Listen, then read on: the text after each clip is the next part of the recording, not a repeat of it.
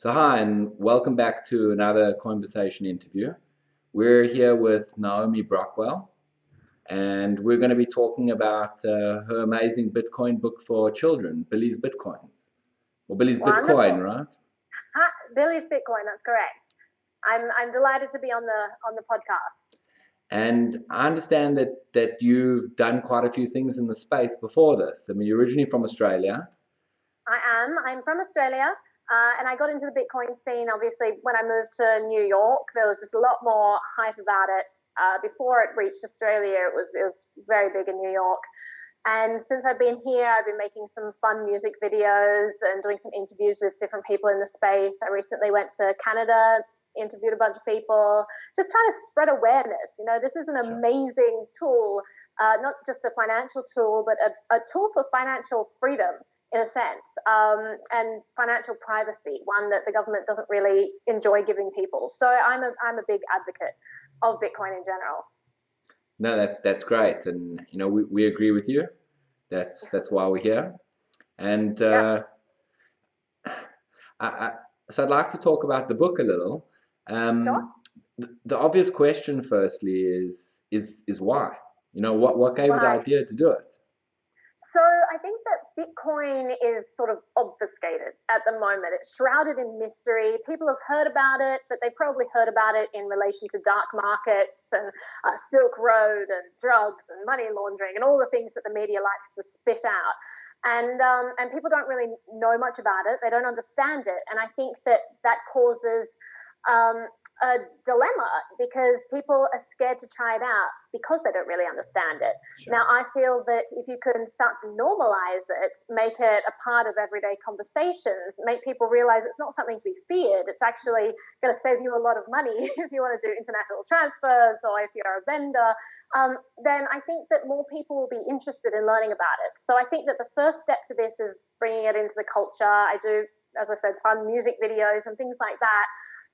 But this one, I didn't want to create a book that was like, oh, let's explain what a hash function is. This is for children. So there's no real explanation in this book. It's just something, it's a story about a young kid, and he keeps getting his lunch money stolen on the way to Well, school. if if And then, if I can for a sec, I mean, oh, yeah, I actually read the book, yeah, um, and Billy's dad's got to be the hero, right? I mean, he kind of comes he's to the the hero. rescue. He's the hero. And there's reference to further books in the series. That's correct. Well, I mean, as you and I both know, there are lots of uses for Bitcoin. It's not just currency. It's a whole bunch of different things. The blockchain is being used in all kinds of different ways right now and being explored in different ways. And so I wanted to first of all introduce Bitcoin and show it in a very simple sense. It can be used as money. He can buy his school lunch with it. That's Sure. one use. And then in the series, we're going on to develop more and more uses for it. It doesn't get more complicated because children need to understand it, but it does let people know that there are more things to this Bitcoin than meet the eye, and it's something that's really interesting and people should know about. So just encourages that, and hopefully the next books will be fun, and children will like those as well. So we shouldn't be expecting one in the series dealing with Billy's problem of private key storage, right? That's probably a No, bit more. not right. No, Okay. definitely not. And then I actually cut you off, but correct me if I'm wrong, but basically Billy's getting bullied, Mhm. and every day on the way to school, his lunch money's getting stolen, That's and right. his dad wants to help him, so he installs a Bitcoin wallet for him on the phone, shows him how to That's use right. it, and obviously the bully can't access the money, so there's no more point The in bully's taking it. bully's real dumb. It's like it's Yeah. encrypted. What the hell does that even mean? You know? And I love and then obviously Billy can eat, and he's really happy. But I love the iconography, like throughout the book, whether it's in the beginning, like you've got the hat sitting on the nightstand, obviously the QR code reference, and then like the bee when the phone is sitting there. like I loved the introduction of that. Like the imagery is consistent throughout. You just see the Bitcoin as part of everything. I thought that was a great way to familiarize, kids and with it. For sure. I mean, it's all around us already. There are so many vendors out there that accept Bitcoin. So many people are using it. There are all these third-party operators who are delving into the space, and it really is all around us. And people may not notice it because it's not in the mainstream vocabulary yet. And yeah, it's sort of a hat tip to that. But it is all around us. Just pay attention and get to know it because it can be very useful. So we've actually never spoken before. I mean, we've spoken, on Twitter and things like that, but this is the first time, so we don't really know each other. And clearly, you're an advocate for cryptocurrency. Yes. And I'd like to ask you a couple of questions just in general about it and see where you stand. And feel free to ask me as well. But Sure. So, firstly, Bitcoin or blockchain? What's your thing? Well, I mean, they're for me one and the same. Blockchain came about because of Bitcoin, and Bitcoin really is the use of Bitcoin and the dark web that really brought cryptocurrency into prominence. Sure. And brought the blockchain into prominence. Myself, I took the name Bitcoin Girl years ago, and so I'm not going to change it to Blockchain Girl anytime soon, if that's your question. No, not at all. And if you had to choose another cryptocurrency that maybe didn't have as much love like as you do for Bitcoin, but what's your kind of second place or something else you find really interesting? Well, I mean, I used to be a big Doge fan. I know it's the stupidest currency in the world, but it's so fun. And then right now is Zcash. Yeah.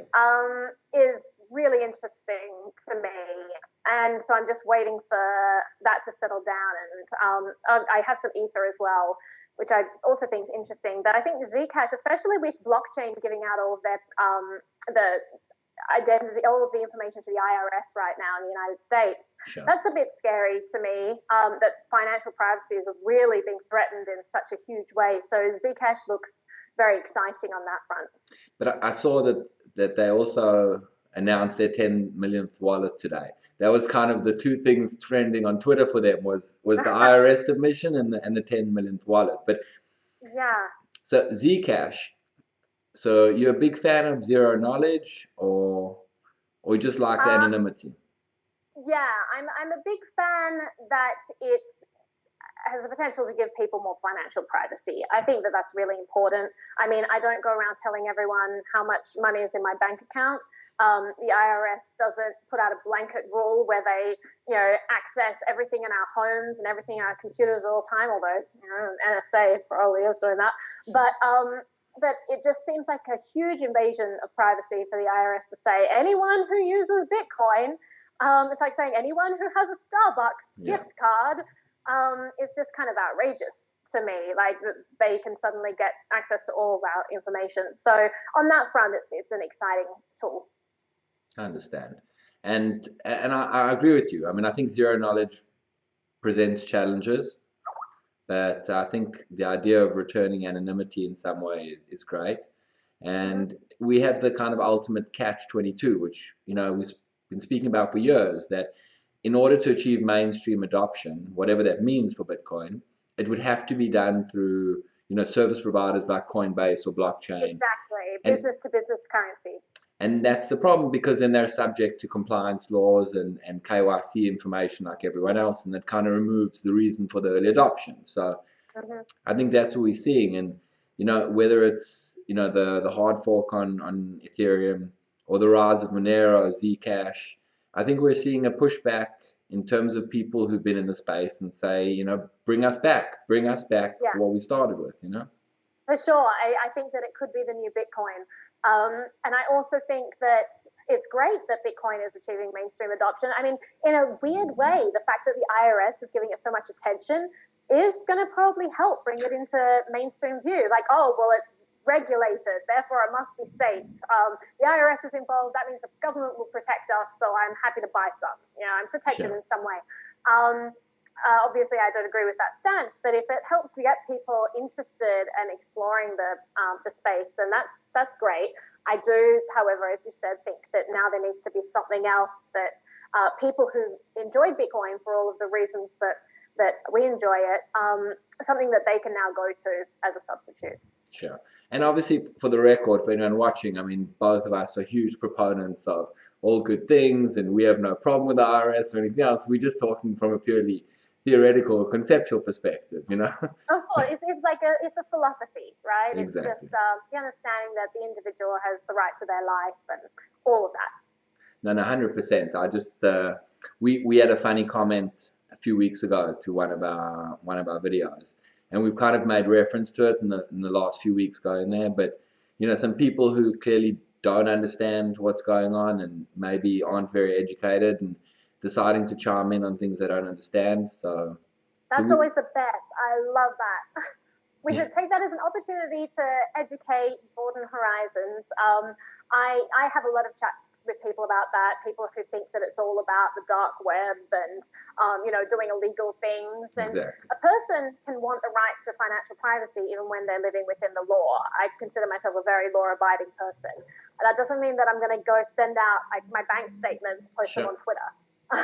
Exactly. No, I agree. And you know, there's so many people who their only interaction with Bitcoin or any sort of cryptocurrency is when they see a negative news story. So exactly.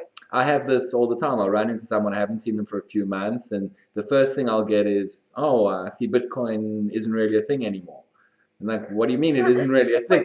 How many times has Paul Krugman told us that Bitcoin is dead? Yeah. It's like, I'm not sure that at $740, Bitcoin is dead.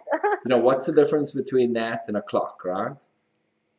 A clock's right twice a day. So Exactly. And then once you get past this, oh, I didn't realize it actually still existed because I haven't seen a news story about it.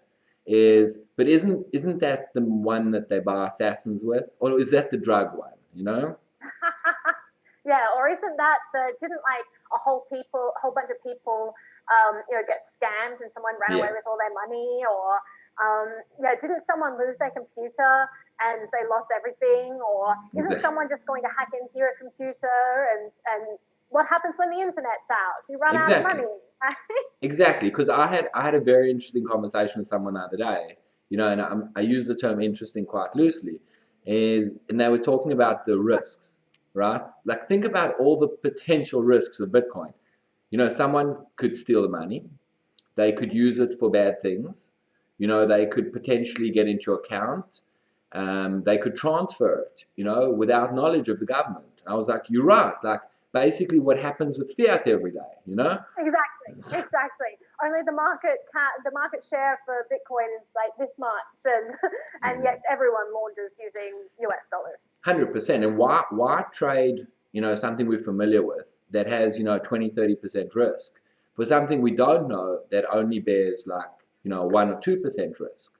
You know, there's a risk, so let's rather just stick with a thing that's proven itself not to work, you know? Yeah, exactly. You know, the amount of people who get their identity stolen every single day is like $1 trillion industry. And, you know, I'm quite happy using a currency that doesn't ask me all of these personal questions that we then put out into the ether and people can then hack. You know, these companies have proven themselves to not protect our information. So I want to protect myself. That means not putting my information out there. I agree. And that for me was one of the early things that appealed to me about Bitcoin. As I've been working with it, which I guess is now, you know, probably going into the 4th year that I've been working with Bitcoin, my understanding keeps changing or increasing. You know, I'd even argue I'm getting to the point where I almost understand it, right? So in the beginning, one day. Look, we can hope, right? Something to aspire to. The idea that you can more easily, more publicly transfer information, but it's more secure than hiding behind all these other things. Like, that really appealed to me. You know, we've obviously missed something here. And as I've learned to understand it more and more, whether it's the actual nature of the financial system or what the technology allows, like you realize that we found the most complex, ineffective workarounds to simple problems. And we've basically called it a financial system, you know, and I'm not a But it crypto costs us anarchist. Yeah. how much money? Like billions and trillions of dollars to operate. And, you know, math could do the job that all these people are doing. We could save a whole lot of money in fees if we Yeah. just let mathematics take control. I agree. And then if you could wish something for Bitcoin, like, you know, like you wish for someone on their birthday, where would you like to see Bitcoin in 5 or 10 years from now? 5 or 10 years. Yeah. I mean, by then, Bitcoin is just going to be one of many cryptocurrencies. People aren't going to use fiat anymore. It's going to be mainstream. I could walk into Bloomingdale's and, you know, use my crypto card. That is going to be a peer-to-peer system rather than third-party system. It's going to be that easy to use, and the value is going to skyrocket. You're going to have predetermined inflation schedules, so you don't have any centralized control operating and getting rid of our savings, and the world's going to be a lot more prosperous. That's my projection. Nice. I hope you're right. I think a lot of people would support that view. Right. I've got a copy of the book here. It's a hard copy. These aren't released yet. Oh, wow. We're just working on the final proofs now, but we've got our Yeah. pictures here. If you can, just stop on a page for a second, because All right. other than the story, just anyone, the illustrations are really high quality. Like I was really, Yeah. really impressed. It's a great looking book, you know? Well, it's so the I can't take credit for any of the awesome things about this. I had an amazing artist work on this with me, Jason Chatfield, and we created it together. He's a very famous cartoonist in Australia. He does a comic called Ginger Megs, and the two of us decided that we needed to make this book. We've got to get children involved, start them young, and it's just a fun story, you know. Yeah. It's just a nice story. So here's like, you've got here, you know, the phone there. Yeah, that's when like, the bully can't get into the phone, right? Yeah, exactly. That's right. So we've got that there. Just this was a lot of fun to put together. Jason and I had good fun with it. So these will be available on your website soon as well, so people can have a look for those. Yeah. So for anyone who actually hasn't seen the book yet, firstly, you should be ashamed. But if you haven't, you can get it on Kindle at the moment, and we'll include. You can get it from iBooks as well. So Kindle and iBooks. Nice. And if you just go to our website, billysbitcoin.com, it has all the purchasing options there. Obviously, we've got it on Satoshi Box, so you can buy a bundle of the Kindle, the iBook, and the PDF on there for Bitcoin as well. Nice. And then we'll also include links in this video. And otherwise, if you just come back to our site in our Bitcoin fun and trivia section, like we have a fun stuff section, we'll include the book there. And otherwise, through your site or your Twitter account, which we'll include below, they can also find it. And for anyone watching who doesn't have kids or who's thinking their kids don't need a book about Bitcoin, just think about it as an excuse to learn and pretend that you're teaching your kids, because this is a great way to also learn about it for adults, right? For sure. And cool. Well, thank you so much. Thank you. It's really been a pleasure, and good luck with the hardcover launch and the rest of the books, and we'll be waiting to read them as they come out. Thanks so much. I appreciate it. Thanks, Naomi. Go well.